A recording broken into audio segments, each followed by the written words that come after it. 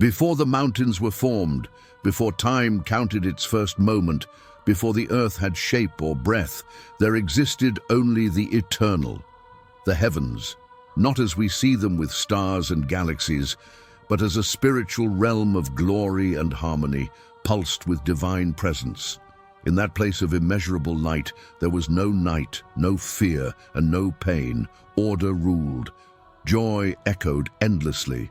Worship flowed like a river of living fire. This was heaven in its original form, the throne of the Almighty at the center of all. Heaven was not empty. From the hand of the Creator came forth multitudes of living beings, not of flesh and blood, but of spirit and glory. Angels, each one designed with purpose and splendor. They were not robotic or mindless. They were majestic, endowed with will, personality, and beauty beyond human comprehension. Some served as messengers, swift as lightning. Others guarded holiness with unmatched might.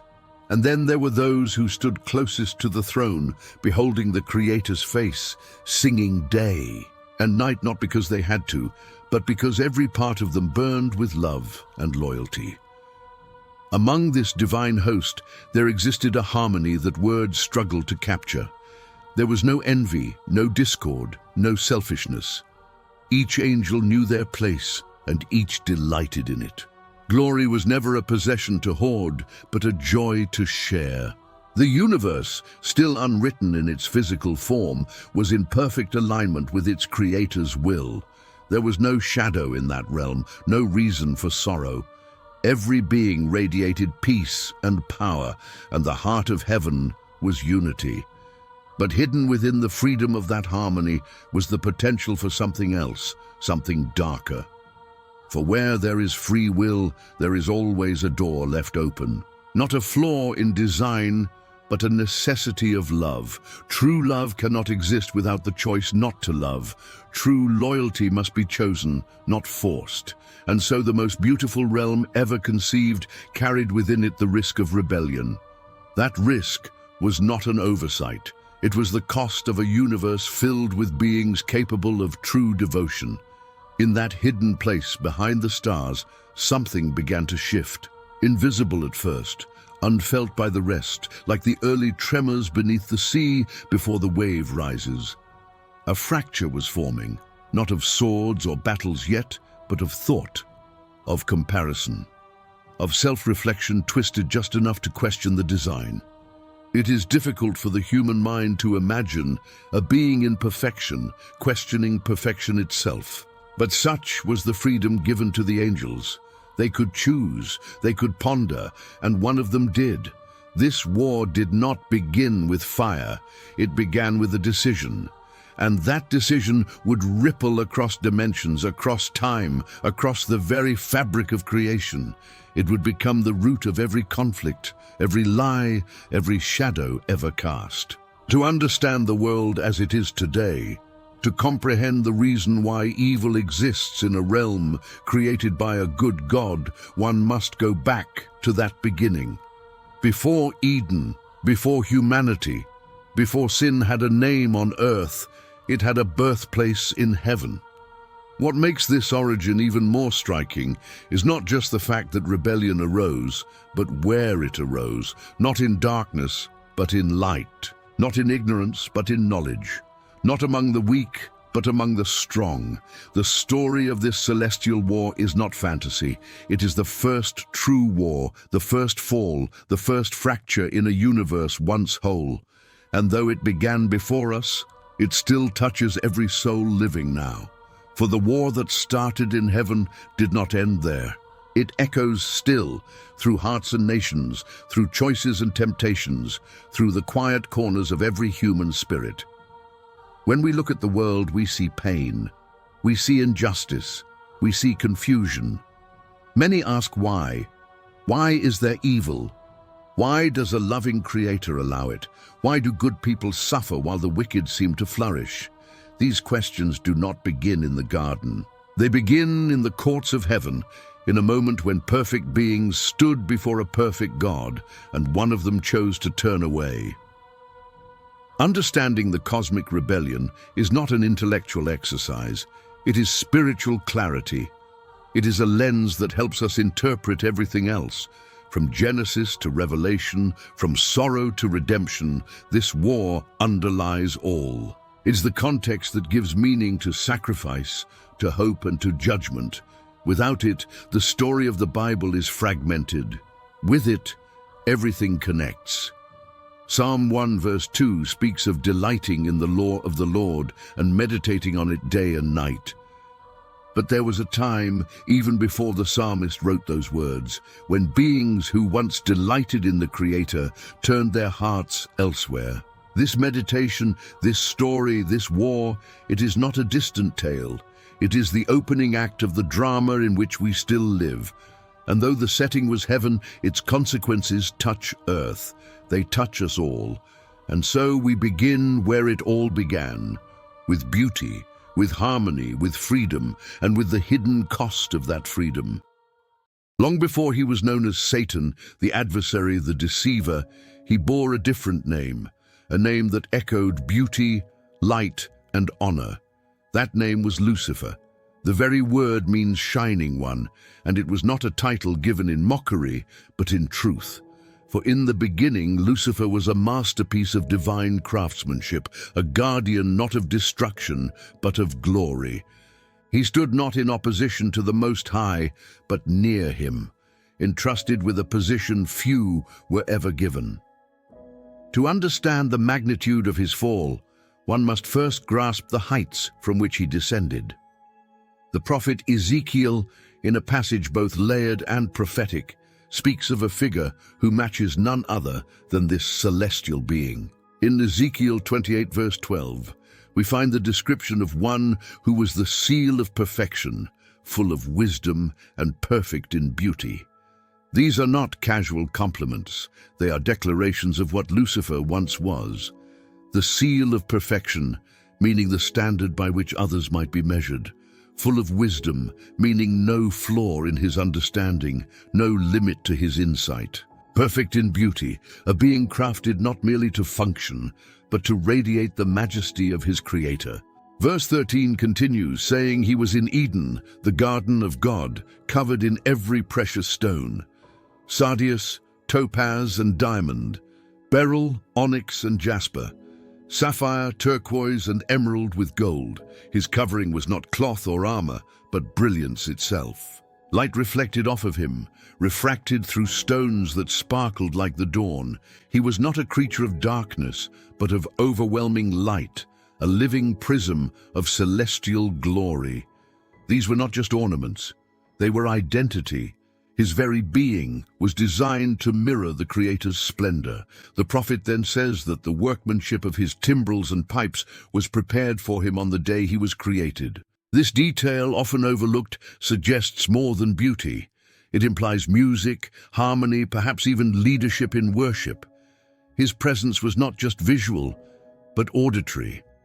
He may have been the sound of heaven's praise, not as a passive observer, but as one through whom music itself was expressed. Every movement, every note, every vibration of light and sound that came from him declared the excellence of the one who made him. Ezekiel 28 verse 14 goes further, calling him the anointed cherub who covers. This is not symbolic poetry, it is position. He was a cherub, one of the highest classes of angelic beings, often seen near the throne in biblical visions. To be the cherub who covers is to be near the very presence of God, perhaps even shielding the glory that mortal and immortal eyes could not bear. He was set upon the holy mountain of God. He walked back and forth in the midst of fiery stones. This imagery is both mysterious and awe-inspiring. It points to a proximity to divine fire, to the raw energy of heaven itself. Lucifer was not only permitted near it, he moved within it. He was, as verse 15 states, perfect in his ways from the day he was created until iniquity was found in him. This sentence changes everything. Up until that moment, Lucifer's record was flawless. No fault, no error, no rebellion. His loyalty was assumed, his place secure. He lacked nothing. There was no suffering to provoke him, no injustice to rally against. He did not fall because he was mistreated. He fell while standing in the midst of glory, and this makes his story the most tragic of all. Isaiah 14 adds to the portrait. Verse 12 asks, "How you are fallen from heaven, O Lucifer, son of the morning. How you are cut down to the ground, you who weakened the nations." The phrase "son of the morning" is not accidental. Morning is the symbol of newness, of life, of clarity. Lucifer was not born into darkness, he was born into light. He was a herald of the dawn, not a creature of the night. To be called son of the morning is to be identified with the earliest radiance of creation. He stood tall among the host of heaven. His voice likely stirred the hearts of angels. His image inspired reverence, not fear. His essence was purity, yet something changed. The moment is not precisely recorded. There is no time stamp, no single event described in detail, but somewhere within that radiant heart, pride found a foothold. It did not storm in like a conquering army. It slipped in like a shadow at dusk, subtle, gentle, persistent. A question, perhaps, a comparison, a thought. What if I were not merely a reflection of glory, but its source? What if the throne above me was not where I served, but where I belonged? Lucifer, in all his perfection, began to admire himself. Not with gratitude, but with entitlement. The wisdom that once led him to praise now led him to evaluate. The beauty that once drove him to worship now fed his ego. The position that once satisfied him now felt like a ceiling. He began to believe that he was more than what he had been made to be, not by design, but by delusion. Isaiah 14 verse 13 reveals the thoughts of his heart. "I will ascend into heaven. I will exalt my throne above the stars of God. I will also sit on the mount of the congregation, on the farthest sides of the north. I will ascend above the heights of the clouds. I will be like the Most High." These are not words spoken aloud. They are declarations from within. The first rebellion began not with action, but with ambition, not with war, but with worship twisted inward. Lucifer was not ignorant. He knew the nature of the one who created him. He knew his place, but knowing truth does not guarantee submission to it. The first deception was not what he told others. It was what he told himself. That he was worthy of more, that he could rise above his design, that he could be equal with the Creator, that his own glory, once received as a gift, was in fact proof of his own greatness. This is the mystery of iniquity, that evil could arise in a heart once filled with light, that rebellion could be born in a being who knew only harmony. It did not come from hunger or pain, it came from pride. Pride was not learned, it was chosen. It is the distortion of light into self-admiration, and in Lucifer it grew until it became identity. He was no longer content to be the morning star. He wanted to be the source of all stars. This transition was not visible at first. It did not begin with open revolt, but it did begin, and once it began, it would not stop. What began as admiration became obsession. What began as thought became doctrine, and what was once the most trusted being in heaven became its greatest threat. Before the first man took his breath and before the serpent ever slithered through Eden, sin had already been born. Not in the dust of the earth, but in the courts of heaven. It did not come from weakness. It did not come from lack. It came from something far more dangerous, an unchecked admiration of self. Lucifer, created in perfection, stood adorned with light, entrusted with nearness to the divine throne. His beauty was not a mask. His wisdom was not an illusion. These were real gifts, real traits. But in time, he began to gaze not at the one who gave, but at the gifts themselves. What began as appreciation became fascination. What began as recognition became fixation. He looked inward and began to savor the reflection more than the source. The anatomy of pride is subtle and sinister. It begins with a glance, then grows into a narrative.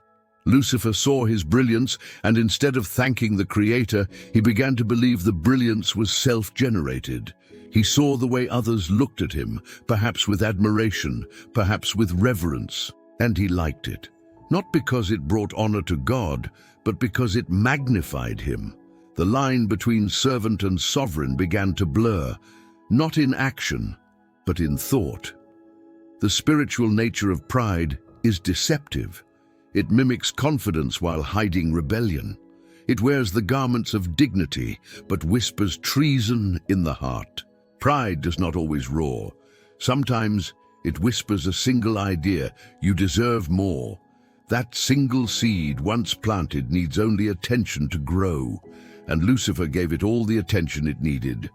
Pride turns comparison into competition. Lucifer, once content with his role, began to weigh it against the throne he guarded. Not out of need, but out of want. Not because the Creator had failed him, but because he believed he could do better.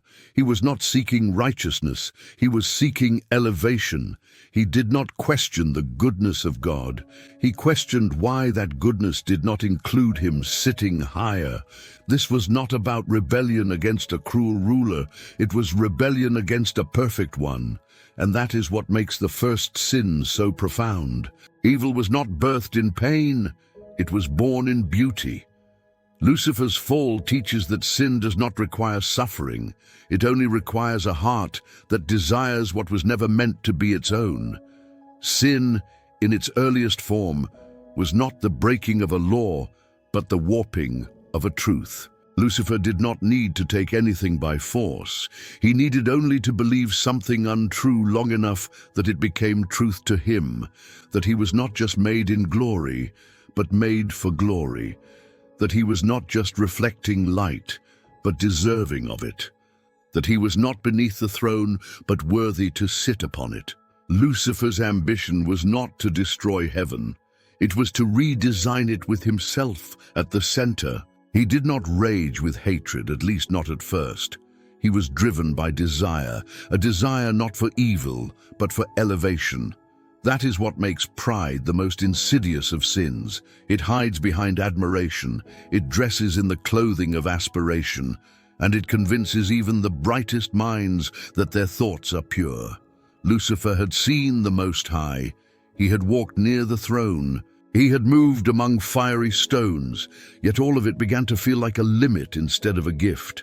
Pride turns privilege into prison. What had once been a crown of honor became a chain of perceived restriction. He was the anointed cherub, but pride told him he could be more. There was no outside voice tempting him, no serpent whispering lies. The serpent had not yet spoken, because the serpent had not yet existed. This was a sin with no external provocation. It came from within. This is perhaps the most sobering reality, that sin did not require a fallen world to exist. It required only a willing heart and a distorted desire. Psalm 10 verse 4 speaks of the proud man who does not seek God and has no room in his thoughts for the divine. That is the spirit that slowly consumed Lucifer. Not that he denied the Creator, but that he no longer made room for him in his heart. Self took up all the space, and where self reigns, truth dies. Ambition, unchecked by reverence, becomes mutiny. Lucifer's internal dialogue became a manifesto. I will ascend. I will exalt my throne. I will be like the Most High. These were not suggestions, these were declarations. What began as wonder turned into entitlement. What began as worship turned into war. It is important to understand that pride is not just the beginning of sin, it is the seedbed of all sin. Every rebellion, every lie, every act of violence can trace its roots back to pride. The moment someone believes they are above correction, above truth, above others, they are echoing the same heart that turned an angel into an enemy. Lucifer did not stumble into sin. He cultivated it, slowly, secretly. He tended to it like a gardener nurturing a plant, and eventually it bore fruit, not fruit of righteousness, but fruit of division. The courts of heaven, once filled with unified praise, would soon tremble with the echoes of dissent. But that moment had not come yet. First, the seed had to grow. First, the heart had to fully turn. First, the Shining One had to convince himself that light belonged to him. The first war in the universe did not begin with swords. It began with whispers. Long before a single angel lifted a hand in defiance, long before cries of rebellion echoed through heaven's halls, there were only voices, quiet, subtle, deliberate. Lucifer, once a radiant guardian, had now become a harbor of discontent. But rebellion does not succeed on conviction alone. It needs followers, and to gain them, Lucifer did not declare war. He sowed questions. The method was not brute force, it was persuasion. His strategy was not to shout over the music of heaven, but to weave his thoughts into its rhythm. The same mouth that once sang praises began to speak in shadows. He approached with familiarity, with charisma, with the glow of a being still cloaked in beauty. That is what made the deception so effective. He did not look like a rebel. He still looked like a friend. Among the countless angels, there were those who had served alongside him, admired him, perhaps even trusted him more than any other. He had been one of them, one of the best. To see him question, to hear him ponder, did not immediately seem like danger. It seemed like reflection, curiosity, honest conversation. That was the beginning of the campaign. A series of thoughts wrapped in the appearance of insight. Why does the throne shine only from one source? Why must all praise ascend in a single direction? Are we not beings of glory as well? Do we not carry light, wisdom, and power? These were not accusations. They were inquiries, suggestions. Lucifer did not attack the structure of heaven outright. He questioned the framework just enough to make others do the same. This was psychological warfare, and it was devastatingly effective. Trust is a fragile thing, even among perfect beings. And when trust is manipulated, it does not shatter all at once.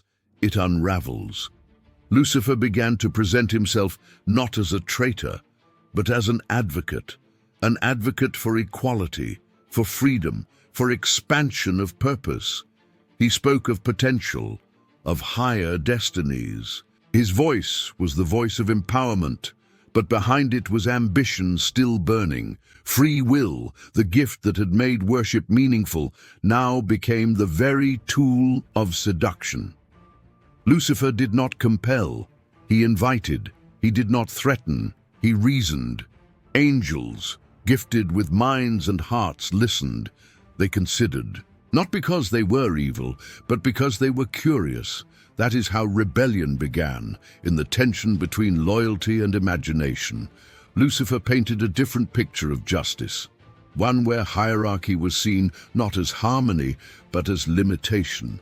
He twisted the idea of divine authority into a form of control. He implied that the Most High, though glorious, was perhaps insecure, that his commands, though wise, were perhaps self-serving. He planted just enough doubt to make the truth look narrow, and just enough flattery to make lies look enlightening. Rebellion does not need an army at first. It only needs agreement. Agreement opens the door to division. Lucifer, master of perception, used language as his weapon, not to strike but to shape. He shaped narratives, he redefined roles, he romanticized independence. And he did it all under the cloak of concern. His whispers sounded like care. His arguments sounded like insight. His movement sounded like progress. 1/3 of heaven's angels chose to follow him, not because they saw the end of the road, but because they believed the beginning looked promising. They were not dragged. They were persuaded. They were not beaten. They were won. This is perhaps the most chilling part of the story. Not how many fell, but how they fell. Intelligent, radiant beings with full awareness of who the Creator was began to believe that there might be a better way. Lucifer became a deceiver not when he lied to others, but when he first lied to himself. That deception once rooted in his own heart, spread like wildfire through a forest of minds open to questioning. He spoke their language, he matched their tone, and he led them away not with chains but with ideas. It is a warning written in the fabric of spiritual history. Evil does not need noise. It thrives in silence. It does not always come wrapped in chaos. It often arrives dressed in reason. The war that began in heaven started with a whisper, not a roar. And that whisper changed eternity. When the whispers gave birth to full defiance, and a third of heaven had aligned their loyalty with the deceiver, the cosmos entered uncharted territory. Harmony had been fractured. Worship had turned to dissent. The very air of heaven, once filled only with praise, now carried the undertone of accusation, and the universe waited to see what would happen next. The sovereign of all could have ended it instantly. With a word, with a breath, the rebellion could have been erased, the traitors unmade. But he did not. His throne was not shaken, nor was his power questioned, not in ability, but in righteousness. The rebellion was not just against his position, it was against his character. It raised doubts not only about his rule, but about his justice. To destroy immediately would have answered defiance with power, but not with clarity. What was now at stake was not merely order, it was trust. Not just in heaven, but across the watching realms, seen and unseen, known and unknown. Every created being, from the highest cherub to the lowliest star, had witnessed perfection. Now they witnessed rebellion. What they would also need to witness was the nature of the one who sat on the throne. And so, the trial began. Lucifer had made accusations, not always directly, but in implication, that the Most High was limiting. That divine law was too rigid, that there could be a better structure, that worship should be shared. These ideas, once whispered in secret, had now taken form in open defiance. To answer them with annihilation would have silenced voices, but it would not have answered questions. The Creator, in infinite wisdom, chose patience. Not because he lacked the strength to respond, but because he understood the cost of not doing so with justice. He allowed the rebellion to unfold, not to give it strength, but to expose it. He did not fear the challenge. Truth does not hide from examination. He permitted the deceiver to present his case, not to endorse him, but to let the entire universe see what pride produces when left unchecked. Justice without witness is power. Justice with witness becomes revelation. The universe was watching, and it needed to see not only what sin was, but what it did. Lucifer had presented a vision. Now it had to be lived out. The Creator knew that to preserve freedom, he had to allow choice, even when that choice broke his heart. Forced loyalty is not love. Imposed worship is not devotion. So he let them go. But he did not remain silent. He responded with clarity. Heaven became the courtroom, not with trials of words, but with revelations of truth. The divine government, now challenged, stood firm, not by coercion, but by transparency. The Creator opened himself to scrutiny. He allowed time, not because he needed it, but because his creation did. They had to see the fruit of rebellion with their own eyes. They had to feel its weight. Only then could they understand the value of righteousness. This was not hesitation. It was holy restraint. Power held back is not weakness. It is the highest form of strength. To hold the universe in his hand and yet allow it to wander shows a kind of sovereignty deeper than control. It shows love. And love, real love, does not panic when challenged. It endures. It explains, it waits. Free will, now twisted by pride, remained intact. Even in rebellion, the Creator did not strip it away. To do so would have confirmed the deceiver's claims, that the throne was based on force, but the throne was based on truth, and truth must be chosen. Every being had to make a decision, not out of fear, but out of understanding. The courtroom of heaven was not a place with walls. It was the entire universe. Every angel, every realm, every eye that could see now waited to understand. What would become of those who had turned? What would happen to those who had stayed loyal? What kind of ruler would answer treason not with terror, but with teaching? The answer came not in thunder, but in a plan that would unfold across time and space, a plan that would stretch from heaven to earth and beyond. The Creator had already known the path rebellion would take, and he had already prepared the response. Not just a judgment, a redemption, but before redemption could begin, rebellion had to run its course. This is divine governance, not impulsive, not reactionary, deliberate, measured, perfect. It sees the beginning from the end and still chooses the path that requires the most patience, the most pain, because it brings the most lasting peace. Psalm 89 verse 14 declares that righteousness and justice are the foundation of his throne. Mercy and truth go before his face. That balance defines every decision made in response to the uprising. Justice demands that rebellion be dealt with. Mercy ensures that it is understood before it is condemned. Truth shines on every lie, and love remains even in the face of betrayal. Lucifer's campaign had forced a moment of reckoning, but the Creator did not flinch. He did not react. He revealed. He let the universe see the contrast between pride and humility, between ambition and purpose, between false glory and eternal light. And though the consequences would be severe, the process would be clear.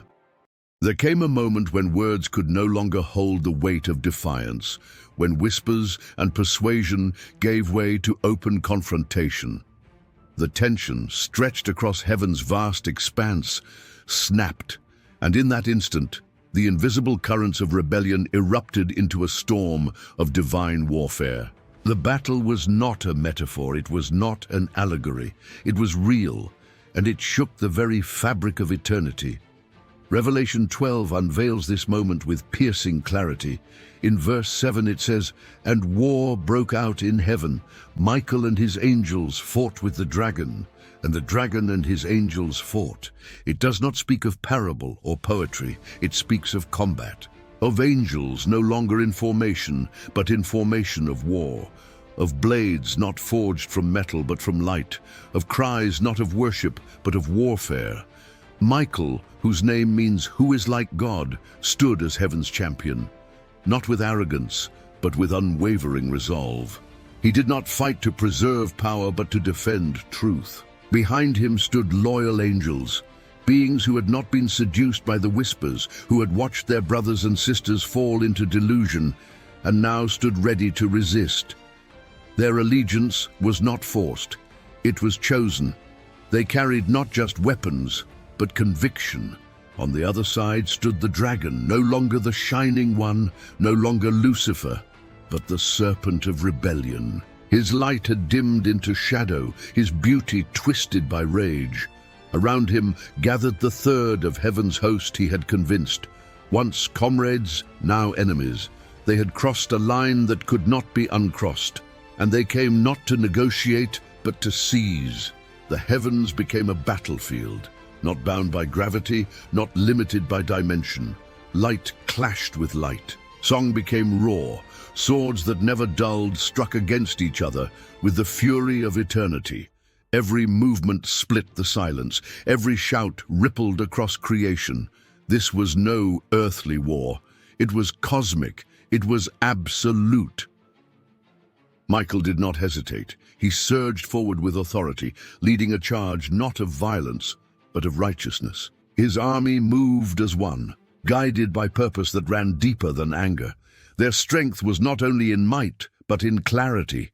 They knew what they were fighting for, not for control, but for truth. The traitors, once radiant, now fought with fury, born of pride. Their unity was shallow, bound not by loyalty, but by shared ambition. And ambition fractures when it is tested. Their formation broke, their strength wavered. Pride, though loud, lacks endurance. and heaven, anchored in holiness, did not falter. The battle raged, perhaps beyond time, perhaps in a single divine breath. There is no measure, only movement, thunder without clouds, flame without smoke. Shouts of allegiance, cries of rebellion, all colliding in a realm where no imperfection had ever existed until now. Then came the turning point. The tide shifted. The dragon and his angels were overcome. Revelation 12 verse 8 declares, "They did not prevail, nor was a place found for them in heaven any longer." That sentence echoes like a bell of finality. They were not destroyed, they were displaced. Their presence, once tolerated for the sake of revelation, was no longer permitted. The Most High did not annihilate, he cast out. Verse 9 says, "So the great dragon was cast out, that serpent of old, called the devil and Satan, who deceives the whole world. He was cast to the earth, and his angels were cast out with him." That casting was not a stumble, it was judgment. It was the final word on the rebellion in heaven. What was once a kingdom of absolute harmony had been purified by war. Not destroyed, but refined. Heaven remained, but not untouched. The structure of spiritual reality had changed. A third of its host was gone. A place once filled with perfect praise now bore the memory of battle. The echoes of war would linger. The loyal angels, though victorious, did not celebrate in pride. Their triumph was not in conquering their brothers, but in standing for the truth. The pain of separation hung heavy. The cost of rebellion had become visible. Heaven had been defended, but not without loss. This war was not the end. It was the beginning of a deeper conflict. The fallen ones had not been erased. They had been relocated. Their leader, once the guardian of glory, now bore names of enmity, dragon, devil, Satan. No longer a bearer of light, but a master of shadows. His defeat in heaven would not extinguish his hatred. It would redirect it. The skies no longer held a place for rebellion. But the story was far from over. Another realm would soon feel the impact of that fall. A new world, fresh with life, untouched by sin, stood waiting, and into that world the war would soon descend. Banished from the courts of heaven, cast out from the place where light once defined his being, the deceiver fell. But he did not fall into silence. The war that had begun among the stars was not over. It had simply changed locations. Now his gaze turned toward a new creation, a world untouched by rebellion, a world formed by divine hands with care and intention. Earth. In the beginning, Earth was not a battleground, it was a sanctuary, a place where harmony still reigned, where every blade of grass, every flowing river, every living creature pulsed with the rhythm of its maker's voice. At the center of this masterpiece stood two beings, formed not from fire or spirit, but from dust and breath, man and woman, Adam and Eve, made in the image of the one whom Lucifer had defied. To the fallen angel, their very existence was unbearable. They were a reminder of everything he had lost, and worse, they carried something he never possessed. They bore the image of God, not just in design, but in relationship. The Creator walked with them, spoke with them, delighted in them. What Lucifer had once desired for himself, to ascend, to be like the Most High, now existed in another form through these humble creatures. Not as domination, but as intimacy. And that intimacy became his next target. Satan's motive evolved. He could no longer reach the throne, but he could reach those beloved by the one who sat upon it. If he could not dethrone God, he would defile what God cherished. Earth became the canvas for this new rebellion, and Eden the first brushstroke. He entered not with an army, but with a question, not with fire, but with suggestion. The serpent, a vessel for his voice, slid through the garden unnoticed. He did not begin with accusation. He began with curiosity. Did God really say? The same tactic he used in heaven, He now used on earth doubt disguised as discovery. He twisted words just enough to alter meaning, just enough to challenge motive. He made obedience seem restrictive and freedom seem forbidden. It was not the fruit he desired. It was the fracture. Adam and Eve stood at the center of this new spiritual collision.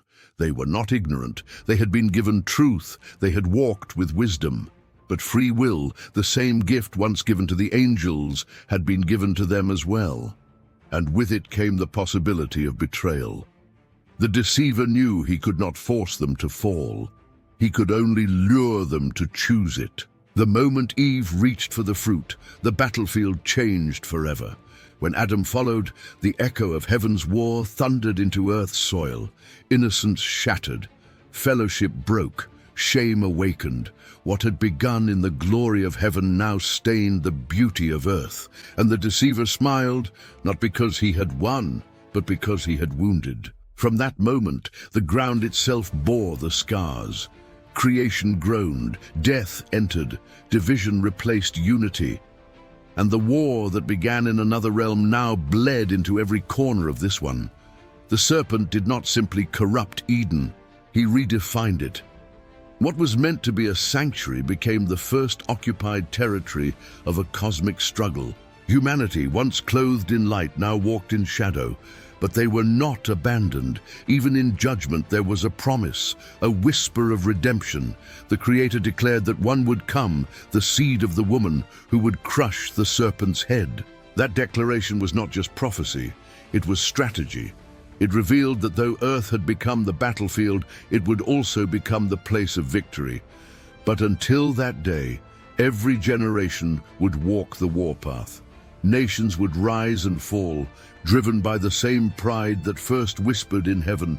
Hearts would struggle, torn between light and darkness, obedience and defiance. The deceiver, no longer confined to spiritual realms, now stalked through time, seeking to destroy, deceive, and devour. Psalm 8 verse 4 asks, "What is man that you are mindful of him, and the Son of Man that you visit him?" The answer is found in the war behind the veil. Humanity was not a side note in creation. They were the centerpiece, and that made them the ultimate target. The battlefield of earth is not about land. It is about allegiance. It is about whether the image of God within man will be honored or erased. And so the war continues, not with swords of light now, but with choices. With thoughts, with beliefs, with every soul standing at the crossroads between truth and deception. The rebellion that began in eternity now moves through time, and the deceiver still whispers, not always from shadows, but sometimes from pulpits, from screens, from thoughts dressed in reason. Yet in all of it, the battlefield is not abandoned. The Creator has not left his creation to perish. The war is allowed, but it is also watched. And every moment, every struggle is drawing closer to the day when the serpent's head will feel the crushing weight of justice. Until then, earth remains the center of the story, the ground where eternity and time continue their collision. For every war, there comes a moment when the outcome is sealed, a turning point that shifts the tide forever. In the long war that began in heaven, that moment did not come through the clash of armies or the stroke of divine power. It came on a hill called Golgotha. It came through wood, nails, blood, and silence. It came through the cross. The war had moved from heaven to earth, from angels to humanity.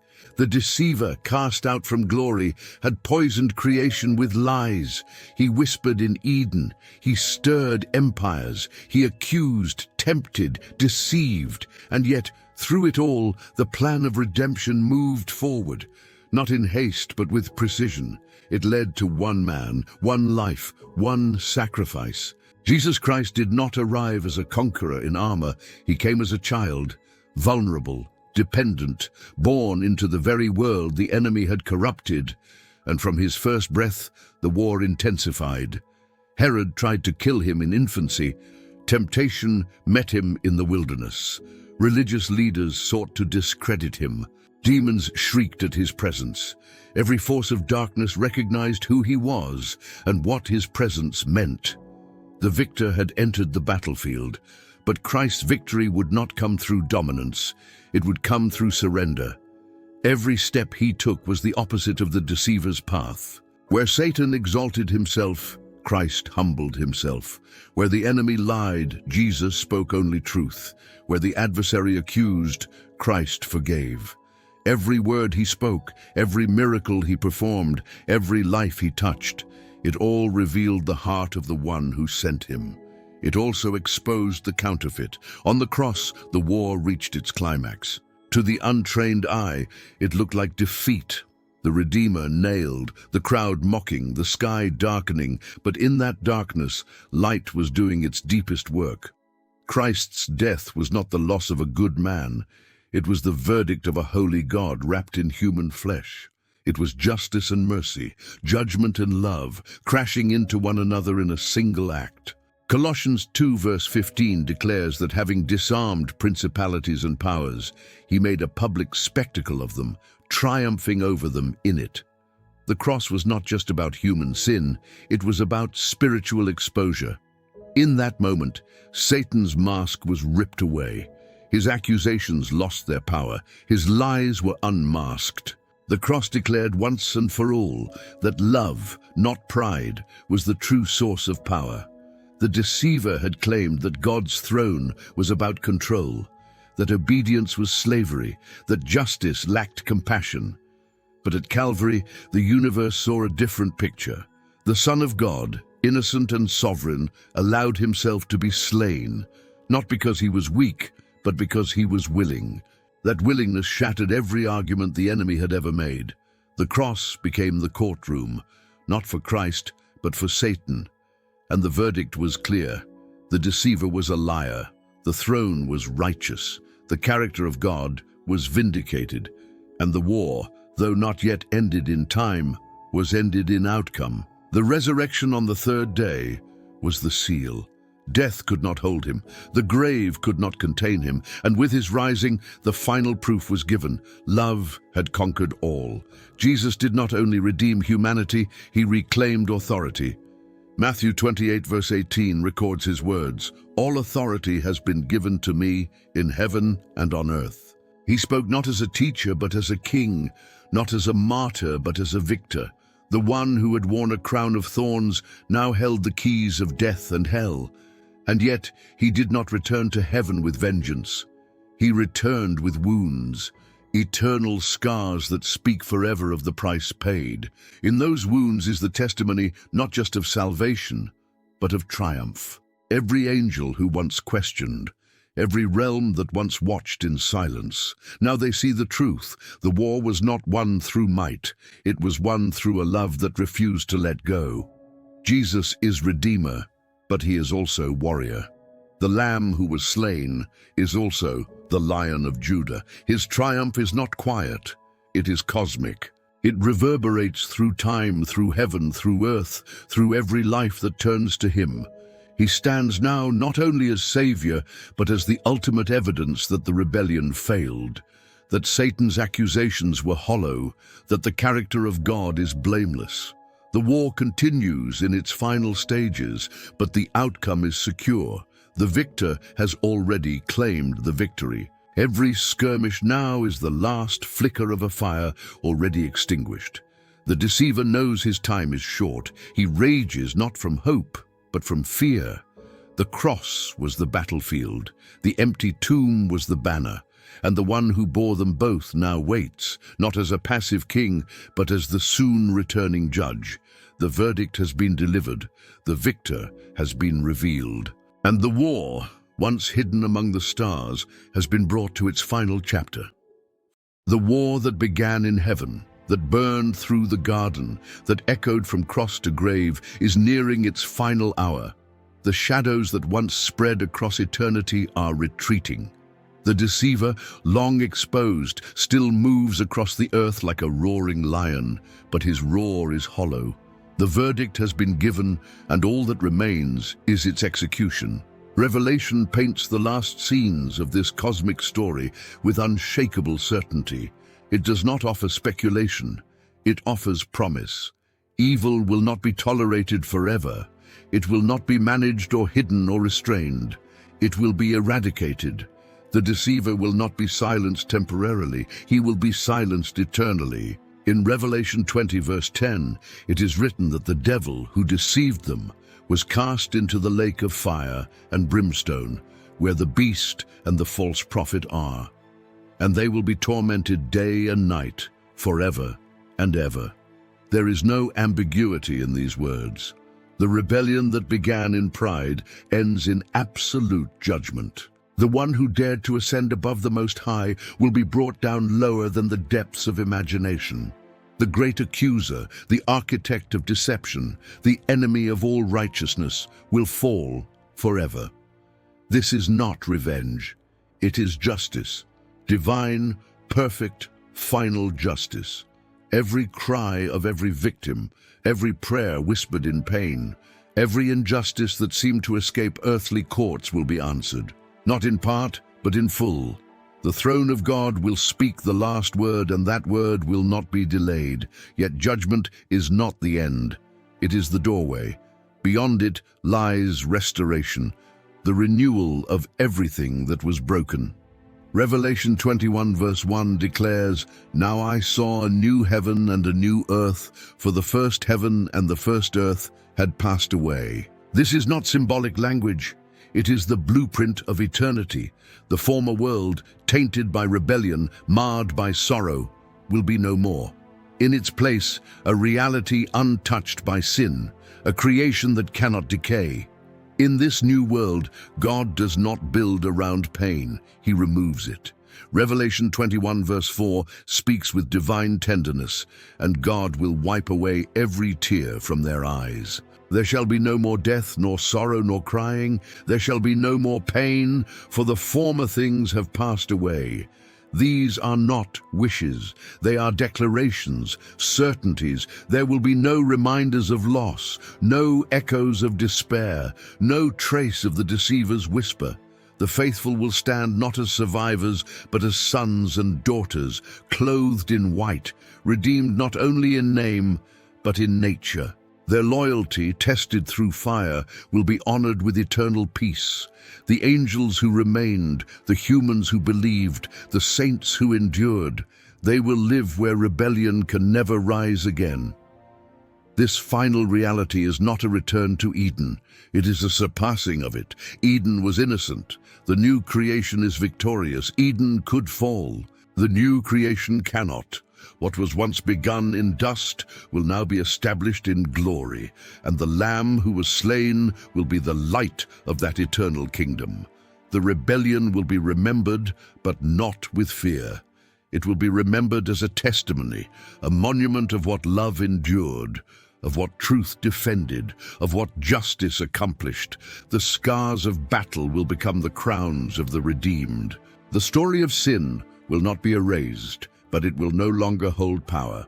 Its purpose will be finished, its presence removed. Psalm 97 verse 2 says that righteousness and justice are the foundation of His throne. That throne will never again be challenged, not because power is feared, but because love is understood.